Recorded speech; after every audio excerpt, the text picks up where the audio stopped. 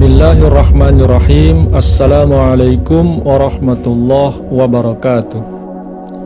Asyhadu an la ilaha illallah wahdahu la syarikalah wa asyhadu anna Muhammadan abduhu wa rasuluh. Amma ba'd. Imam Hambali adalah seorang ulama besar di masanya dan menjadi pelopor berdirinya mazhab Hambali. Beliau merupakan sarjana terkemuka dalam hadis dan seorang ahli hukum Islam. Seperti apa perjalanan hidup Imam Hambali? Berikut ini kisah singkatnya. Nama lengkapnya Ahmad bin Muhammad bin Hambal bin Hilal bin Asad al-Marwazi al-Baghdadi. Beliau lahir di kota Baghdad, Irak pada 20 Rabiul Awal 164 Hijriah atau 27 November 780 Masehi. Panggilan masa kecilnya Abu Abdillah, dikenal sebagai Imam Ahmad bin Hambal atau Imam Ahmad atau juga Imam Hambali. Beliau berasal dari suku Saiban seperti halnya Muhammad bin Hasan al-Saibani. Kakek beliau memerintah Sarkis sedangkan ayahnya menjadi tentara berpangkat rendah. Namun demikian ia sangat murah hati dan ramah. Ia menunjukkan keramah tamahan pada kafilah yang tiba dari Arab menuju Khorasan. Saat ia pindah dari Khorasan ke Baghdad, kondisi keuangannya tidak stabil dan hanya beberapa saat setelah kelahiran Imam Ahmad bin Hambal ia meninggal. Imam Hambali kemudian dibesarkan oleh pamannya. Sejak usia belia, Imam Hambali telah hafal Al-Quran. Beliau berbakat dalam bahasa Arab. Beliau sangat tertarik dan tekun mempelajari hadis, kehidupan para sahabat dan tabi'in. Imam Ahmad sangat cerdas, sederhana, rasional, dan memiliki keinginan yang tulus untuk beribadah. Mula-mula beliau berguru kepada Abu Yusuf, kemudian mulai tahun 186 Hijriah pada usia 22 tahun, beliau melakukan perjalanan ke Basrah, Kufah, dan Hijaz untuk mempelajari hadis dari para muhadditsin yang terkenal di dunia pada masa itu. Dalam perjalanan itulah beliau berjumpa dengan Imam Syafi'i di Mekah dan sangat terinspirasi olehnya. Ketika beliau kembali ke Baghdad, beliau menjadi salah satu muridnya. Beliau juga mempelajari hadis dari Sufyan bin Uyainah di Mekah.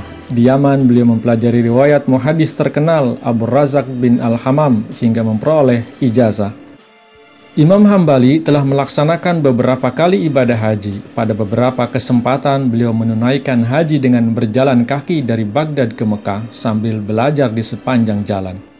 Selama perjalanan itu sebagai seorang pelajar, beliau menghadapi banyak tantangan. Beliau mengalami masalah keuangan tetapi selalu menghadapinya dengan tabah karena yang beliau inginkan adalah kekayaan pengetahuan. Terkadang beliau bekerja sebagai buruh harian lepas untuk bertahan hidup. Saat berusia 40 tahun, Imam Hambali mendirikan sebuah madrasah sekitar tahun 204 Hijriah ketika guru beliau, Imam Syafi'i, telah wafat. Madrasah hadis yang didirikan olehnya telah mendapatkan banyak pujian karena di samping pelajaran hadis, Imam Hambali juga diakui karena ketakwaan, kesalehan, dan akhlak luhurnya, sehingga jumlah murid di madrasahnya berjumlah banyak. Meskipun demikian, beliau tetap sederhana dan penghasilannya sangat sedikit. Tetapi beliau tidak pernah meminta bantuan dari para khalifah atau gubernur saat itu.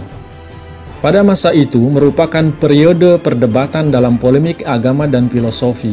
Kelompok Mu'tazilah memiliki pengaruh kuat dan dukungan dari khalifah. Persoalan-persoalan seperti apakah sifat Allah bagian dari esensi ilahi atau berbeda? Apakah ucapan merupakan sifat Allah? Apakah Quran tidak diciptakan atau diciptakan? Banyak terjadi perdebatan tentang topik-topik seperti itu. Khalifah Ma'mun al-Rasyid sendiri menikmati debat semacam itu dan Mu'tazilah akan mendesaknya untuk secara luas mempromosikan doktrin semacam itu. Karena alasan ini para ulama umum menghadapi kesulitan. Hal ini juga membawa ujian bagi Imam Ahmad. Pendiriannya adalah bahwa perdebatan keyakinan semacam itu tidak diajukan oleh para sahabat maupun oleh para tabi'in. Oleh karena itu, beliau meyakini bahwa seseorang tidak boleh ikut serta dalam debat semacam itu. Akan tetapi di tahun-tahun terakhirnya, kegigihan Khalifah Ma'mun al-Rasyid tumbuh di mana ia akan memaksa orang untuk menerima bahwa Al-Quran sebagai firman Allah adalah sebagai ciptaan. Dalam keadaan kacau ini, Imam Ahmad dan Muhammad bin Nuh ditangkap. Muhammad bin Nuh meninggal selama perjalanan, tetapi Imam Ahmad bin Hambal dibawa ke Baghdad dalam keadaan dibelenggu. Setelah menghabiskan beberapa malam di sel penjara, beliau dibawa ke hadapan Khalifah baru, Abu Ishaq al-Mu'tasim. Mu'tasim berusaha sekuat tenaga dan menjelaskan kepadanya bahwa beliau harus menerima apa yang ia yakini. Tetapi Imam Ahmad dengan kuat menegakkan pendiriannya. Setelah melihat ini, Al-Mu'tasim menjadi geram dan memerintahkan agar Imam Hambali dicambuk. Karena cambukan itu keras dan bertubi-tubi, beliau pun jatuh pingsan beberapa kali, tetapi beliau tidak pernah goyah dalam keyakinannya. Karenanya beliau tetap menjadi tahanan selama 28 bulan, di mana sesekali beliau disiksa dengan cambukan, namun beliau tetap bertahan dalam pendiriannya. Akhirnya rezim pun menyerah dan membebaskannya.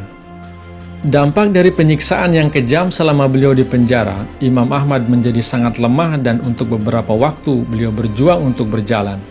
Ketika beliau pulih, beliau kembali mengajar dan memberikan khutbah.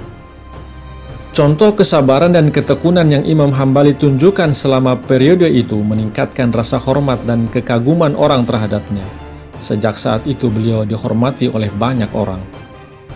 Setelah kematian Al-Mu'tasim, Al-Watiq ditunjuk sebagai khalifah. Ia juga awalnya membawa warisan yang menindas dan menginstruksikan bahwa hak utama Imam Ahmad untuk mengeluarkan fatwa, mengajar, bertemu orang-orang, dan tinggal di kota itu dicabut. Hal ini menyebabkan beliau hidup bersembunyi selama beberapa waktu. Pada tahun-tahun terakhirnya, Watiq menjadi bosan dengan kebijakan yang kaku karena perdebatan tentang Al-Quran sebagai ciptaan mulai menjadi menggelikan. Dengan demikian, melalui ketekunan dan kesabaran mereka, Imam Ahmad dan para ulama lainnya menutup perdebatan seputar penciptaan Al-Quran secara bersamaan. Setelah sekitar 14 tahun keributan dan agitasi, sekali lagi kondisi menjadi damai. Al-Mutawakkil menggantikan Watiq dan sepenuhnya meninggalkan kebijakan lama yang kaku. Dia mengeluarkan Mu'tazilah dari istana dan sebaliknya memberikan tempat kepada para ahli hukum dan muhaddisin. Dengan cara ini ia mengembalikan hukum dan ketertiban. Pandangan Imam Hambali tentang agama dan politik selalu tetap sesuai dengan cendekiawan Muslim yang dihormati di masa lalu. Keyakinannya adalah bahwa prinsip langsung adalah mematuhi penjelasan Al-Quran dan apapun yang dapat dibuktikan melalui hadis itu sudah cukup. Dalam hal politik, ia menganggap kepatuhan kepada para penguasa saat itu sebagai wajib dan untuk mengangkat pedang terhadap mereka sangat dilarang karena pedang mengganggu hukum umum dan ketertiban. Pengabdian dan perhatian beliau dalam bidang hadis telah dilestarikan dalam bentuk magnum opusnya, yaitu Al-Musnad. Buku ini berisi antara 30.000 hingga 40.000 hadis dan riwayat para sahabat. Kitabnya ini menjadi dasar rujukan bagi para muhaddisin di masa kemudian.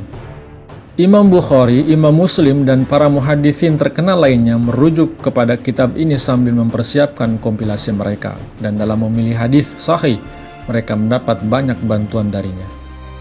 Memang ada beberapa hadis yang lemah di Musnad, tetapi para ulama telah menjelaskan bahwa tidak ada hadis palsu di dalam kitab Musnad. Kepercayaan Imam Ahmad adalah bahwa setelah Al-Quran dan Sunnah, hadis adalah salah satu sumber syariah. Terlepas dari apakah hadis itu asli, lemah, ada perawi yang hilang dalam rantai perawi, atau memiliki perawi yang berkelanjutan. Kemudian, beliau menganggap perkataan para sahabat sebagai hukum dan akan memenuhi pandangan para tabi'in.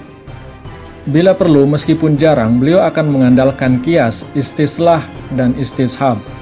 Dan beliau tidak percaya pada keabsahan ijma selain ijma para sahabat. Menurut pendapatnya, konsep ijma atau konsensus umum tidak benar karena mungkin ada lawan di antara mereka yang orang tidak sadari. Keyakinan Imam Ahmad telah diterima secara luas melalui para pengikutnya. Di samping buku-bukunya, putra Imam Ahmad, Abdullah, membuat banyak publikasi untuk karya beliau yang terkenal, Al-Musnad. Demikian juga murid-muridnya, di antaranya Abu Bakar Al-Atram, Abdul Malik Al-Maimuni, Abu Bakar Al-Maruzi, Ibrahim bin Ishaq Al-Harbi, Abu Bakar Al-Khalal, dan banyak yang lain lagi yang luar biasa mengabdikan waktu dan hidup mereka untuk menyebarkan pemahaman atau doktrin Imam Hambali. Para ulama seperti Imam Ibnu Taimiyah dan Imam Ibnu Qayyim bergabung dengan pemahaman madrasahnya. Imam Hambali menganggap ijtihad diperlukan di setiap zaman dan meyakini bahwa pintunya tetap terbuka. Pendukung para ulama Madrasah Hambali adalah dari kalangan intelektual, tetapi meskipun demikian mereka tidak dapat membuat Madrasah Hambali diterima secara luas. Saat ini mazhab Hambali menjadi mazhab fikih yang resmi dipraktekkan Arab Saudi. Karena berbagai alasan, penindasan, kekerasan, dan prasangka telah lazim di kalangan kaum Hambali, para pengikut Madrasah Hambali bersikap keras terhadap masyarakat dan tidak henti-hentinya menciptakan kekacauan. Imam Ahmad atau Imam Hambali wafat pada tanggal 22 Rabiul Awal tahun 241 Hijriah atau 855 Masehi pada usia 75 atau 78 tahun. Saat beliau wafat, seluruh penduduk Baghdad berduka karena telah kehilangan seorang imam besar. Ratusan ribu orang berbondong-bondong mengantarkannya ke pemakamannya. Imam Hambali seorang yang ingatannya sempurna. Beliau telah menghafal ribuan hadis. Meskipun demikian, beliau tetap mencatat hadis yang beliau dengar dan beliau meriwayatkannya dengan merujuk pada catatannya itu, meskipun beliau sudah menghafalnya. Imam Ahmad bin Hambal memiliki kepribadian dan penampilan yang menyenangkan. Beliau menampilkan sikap kesabaran, ketekunan, keberanian, kelemah lembutan, dan takwa yang sempurna.